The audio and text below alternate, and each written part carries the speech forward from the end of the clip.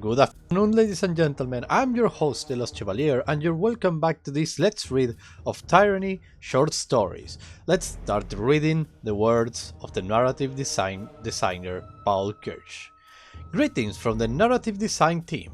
This is Paul Kirsch, and I'm here to present the next part of our short story series that showcases the world of Tyranny. I previously introduced the Scarlet Chorus, one of the army serving Kairos the Overlord, in my story under new management. This time around, we have a very different military force in the spotlight, the Elite Disfavored. I wanted readers to understand both of these armies from the perspective of soldiers, or conscripts, at the front lines. Though Tyranny has no lack of fascinating personalities at the highest levels of leadership, some of the most interesting personalities at the highest some of the most interesting stories are found in the rank and file. I also wanted to offer a sense of what it means to serve within the Overlord's organized hierarchy. Even though Terratus is a world where the evil won, that doesn't make it a world devoid of hope or ambition. As long as hope and ambition aligns with the will of an all-powerful tyrant, everyone should get along splendidly, right? With that firmly in mind, enjoy Commission. Paul Kirsch, narrative designer. Commission. Aurora moved to plunge her sword into her opponent's guts. He dodged to the side and bashed her across the face with his shield. She took the blow with a deserving sting and barely managed to catch herself by one hand on the way down to the sawdust-strewn floor of the sparring field. She accepted the fighter's offered hand with gratitude. I almost had you, Aurora said, wiping blood from the side of her mouth. I almost, said Theodore of the Stone Shields. The big man was twice her size and out of breath. Aurora could at least content herself of having exhausted the behemoth. Any serious damage? Aurora asked. She took off her helmet and winced as she touched her cheek. Theodore apprised her and shrugged. A nasty bruise, but it's already at the end of its cycle. She guesses as much. A familiar warmth spread through her body as the Archon of War Covenant healed her wounds. Aurora had taken numerous injuries throughout the span of hard training leading up to the offensive, and would have appeared a horror of cuts and bruises if not for the protection of Grape Ashe to mend her in a short order. Theodore rolled her shoulder with a smile. You are getting better. Give me a few dents I won't soon forget. Gave me a few dents I won't soon forget. I do say you are more prepared for the long march than any of us. Aurora was about to compliment his form when a loud voice below outside of the training circle. Stand at attention! Aurora straightened his posture, and struck a respectable salute. She knew only one person in the Legion who could trumpet over the din of battle, Iron Marshal Erinois. When she made her presence heard, no one stood at ease. The disfavored lieutenant marched into the training arena, wearing the armor of her station. The imposing plates and skull shaped mask of an iron guard. She turned in to survey the dozen assembled members of Aurora's cohort. Close order, she called. The soldiers responded with single-minded coordination, arranging themselves in two-layered phalanx, locking into their assigned spots and raising their shields with practiced ease. This was the default form they were to execute in the event of an ambush. The Iron Marshal was testing their reflexes. Aurora steadied her breathing and held herself in a battle-ready stance. The second cohort lived in anticipation of marching on their enemies in the south. Graven Ashe and his twisted counterpart, the voices of Nerat, had already dispatched a Scarlet Chorus mob to prepare the way for an organized invasion. Was this to be their hour of glory? The Iron Marshal walked down the line and nodded, stopping once to knock the wind out of a soldier whose breastplate was improperly secured. At the end of her survey, she spun on her heel and called, Stone Shield Aurora! It took Aurora a moment to register her name. She gasped and stepped forward. Present! The Iron Marshal advanced on her, taking a scroll from the case loop at her hip. Taking a scroll from the case looped at her hip. The vellum was bound by a seal of purple wax, but Aurora has seen enough of this pass her by that she didn't need to guess at its content. Congratulations are in order, soldier, the Iron Marshal barked. The Archon of War has deemed you worthy to command the second cohort. Prepare to march at first light.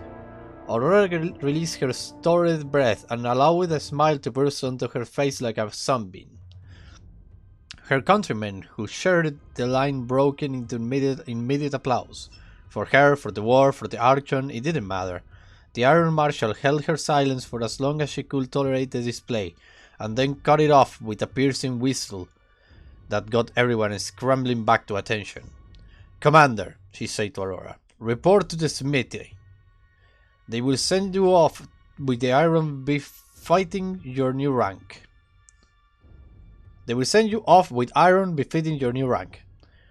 She held out the scroll and nodded to the assembled stone shields. When we leave Fort Resolution, this sorry lot will answer to you. Remember the North. Remember that we bring the glory of Kairos, not meaningless to other. And most importantly, don't let the Legion down. Yes, ma'am, said Aurora. Hail Kairos and the great general! The Iron Marshal gestured to the highest tower of the Citadel Keep. After you're outfitted, report to Evacutos Varimas. He will formally discharge you from your service to the Stone Shields and brief you in on the mission. Dismissed, Commander. Aurora accepted the scroll with pride. She nodded and struck a sharp salute. Theodore smiled at her and resumed his training with a new partner. Aurora waved her commission at him and marched from the arena holding her chin up. Commander, she thought. I could get used to that. I will sip some water.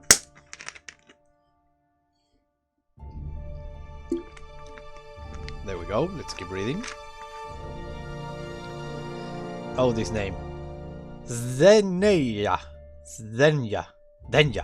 Master of the Forge. Squinted at Aurora and motioned for her to turn around.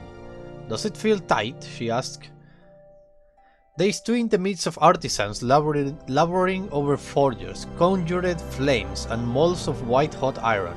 Aurora had donned her new armor, a breastplate that seemed ornate compared to the austere trappings of the stone shields. Feels good enough to sleep in, she said. Zdenia wrinkled her nose. I won't understand these favorite traditions if I live to be as old as Tunon. Consider yourself lucky.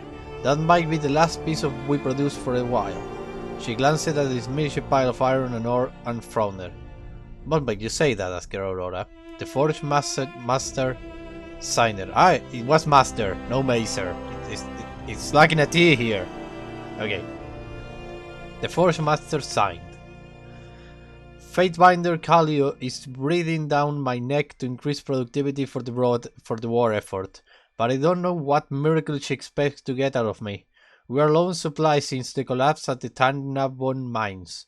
Consequently, keep an eye out for the source of iron in the south. Aurora nodded as she made the mental connection. Apparently, the rumors spreading through the Legion had not reached the forges. She heard that the miners at Tanabon had cast off their chains and killed the taskmasters. The Archon of Justice dispatched the 5th and 7th Courts, seasoned veterans all, to revive the operations and curb the growing iron shortage, but no one received word for their success. That was privileged information, sensitive information. Why did not talk idly about the defiance of Kairos law? We couldn't adjust your iron in any case. What with the accelerated time frame, says Nedia. Perhaps later, if you find it uncomfortable. The Legion will have a contingency of forge-bound traveling in town. I will join the war effort after you have established a permanent outpost in the tiers. With any luck, I will see you there. Aurora shook her hand with gratitude. We won't need luck while the great general leads the charge. Before the Crusader farewells, an ear-splitting boom shook the walls of the forge. Aurora and Sedenia whirled about to see one of the smith's immolated head to toe in his own conjured fire. The man was beating at his face and chest, screaming with wild abandon as flames roared under his uniform, consuming him with impossible speed. The others kept their distance and shielded their eyes. Aroused by the noise, soldiers swarmed the area, but held back from intervening.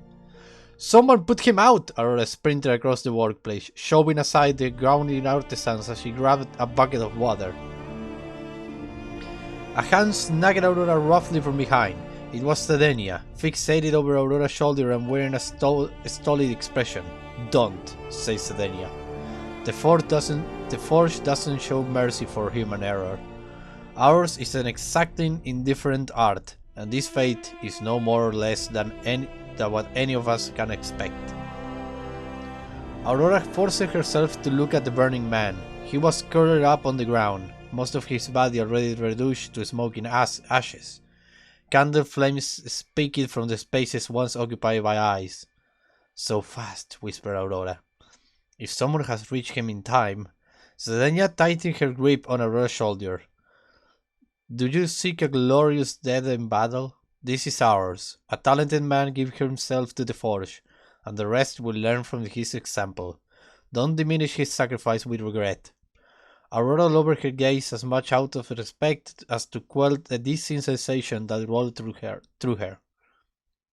The iron you wear has a price dearer than gold," says Sedenia. "Remember that when you march to war, Commander."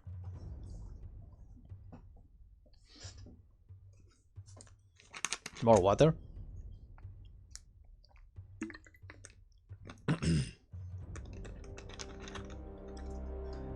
Aurora made her way across the ground of Fort Resolution and towards the highest tower in the days. Soldiers and attendants busied about assisting in the cleanup effort at the forge, but she worked hard to push the tragedy from her mind. She explained her purpose to the castle guard and mounted the spiral staircase, but only when she reached the entrance of Evocatus Varimas' quarters at the top did she realize she had crushed the scroll bearing new title in a sweaty fist.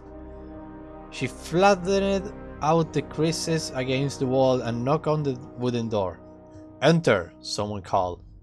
She pushed through to a spacious carpeted lounge. Varimas stood at the window. He was bald and thin, wearing a purple robe that covered his skeleton frame. Aurora could see the stitching on the back where the sigil used before Cairo's doublet edition disfavored had long since been removed. He was facing away from her, looking out on another sparring field on stone shield, drilling information. "If you come to escape whatever din they're racing outside," said Varimas, "you are in the right place." He turned around and smiled. His entire face was a radiant mess of scar tissue and had long since healed into a smooth-over approximation of his features. "Evocatus," Aurora wobbled. This time she had to work to summon up her confidence. Before, it had come so easily. "I receive a new assignment, and with my compliments I beg that you release me from duty so I can lead the Second Corps to war." She held out her scroll. He unrolled the vellum and read her orders. "Such a hurry to form up against the southern barbarians and deliver Cairo's peace," he murmured. "Ashe must be under a great deal of pressure to send our freshest and brightest out into the field." "The great general doesn't do anything without good reasons, sir," said Aurora. Your certainty is well placed, but never mind." Varimas frowned and made his way to the desk where he signed the commission with a flick of his quill. "Come tomorrow. The fort will empty and I will be on my own, dispatching birds to the Archon and hoping they remember the way back. I envy you the freedom to die on your feet in battle. as every northerner should. When I was doused with boiling oil at the hands of agitators, Ash's protector denied me the cold embrace of the void. If you receive such a terrible wound, make sure it counts. Evocatus, Aurora started. He waved her off. Don't let my apprehensions deter you. I have lived too long and optimism is the privilege of the young, but I can still wish you a pleasant conquest. His turnabout didn't comfort Aurora in the least, but she nodded all the same. Now, said Varimas as he pored over the document. The second cohort lives in advance of the Legion's trust. No doubt Ashe believes that a subtler approach can spare a few northern lives, and I'm inclined to agree. Just remember that. Varimas cut himself off and furrowed his brow, taking note of a blushing illumination outside. What are those fools of the 19th Corps up to now? When he reached the window, he raised a shaking hand up to his mouth and sucked in a gasp. Aurora joined him, at once convinced that another fire had broken out. The soldiers in the area below had set their weapons aside to look up, beyond the walls of Fort Resolution and towards a distant sky. Anxious, indistinct murmurs built in volume. A ray of dark green light descended from the thickening clouds and struck the remote mountains with waves of arcane energy. Aurora tightened her grip on the window as if to steady her balance, though she didn't understand exactly what she was witnessing. Something about it felt terribly wrong, like a perversion of order and sanity. "The 5th and 7th!" someone cried below. "Ash's mercy, they failed!" At first, Aurora didn't intuit the meaning of implications. Panicked discussion grew in volume, making both apparent to her in waves of mounting dread. Varimas clouched his brow and let out a moan. "Of course," he said. "As the crow flies, that will lead straight to the Thanatos mines. Kairos must have lost patience with the uprising." Aurora focused on his words, suddenly the most stalwart and dependable object of her life. She pictured the Hagler hills distorting as the assault opened up massive sinkholes, allowing the land to rush in and fill them anew. 2 corps of these favorite soldiers, good northerners, lost in the arcane equivalent of leveling an anthill. "An edict to quell the descent," Varimas said. He set his mouth in a tight line and squished his eyes shut. "It's an appropriate response, but—" He trailed off, risking nothing of what he may have felt on the matter. Aurora stood next to him and watched the Overlord's magic unmake the horizon. She imagined the men and women on the ground, their bodies crushed under pressure. She saw controlled flames licking at every forge with hungry anticipation. Even the soldiers below resembled nothing more than an armored death. Never had her thoughts rallied so gruesomely against what she once considered her better reason. "Not even the great general can protect us from this, can he?" she asked. Varimas looked at her. "Had the eyebrows they might have raised. Everything that happens in the name of Kairos' peace is yours to endure. Graven ash cannot heal that wound. It is our duty to stand in the righteous sword of the Empire. Our devotion unquestioned, Commander." He slid the parchment back to Aurora. She only picked it up after a long hesitation, and its promise no longer filled her with warmth. The end. Wow. Okay, that's all the time I have for today. Thanks for listening. I hope you have a blast. I was the Lost Chevalier, signing out. Bye bye.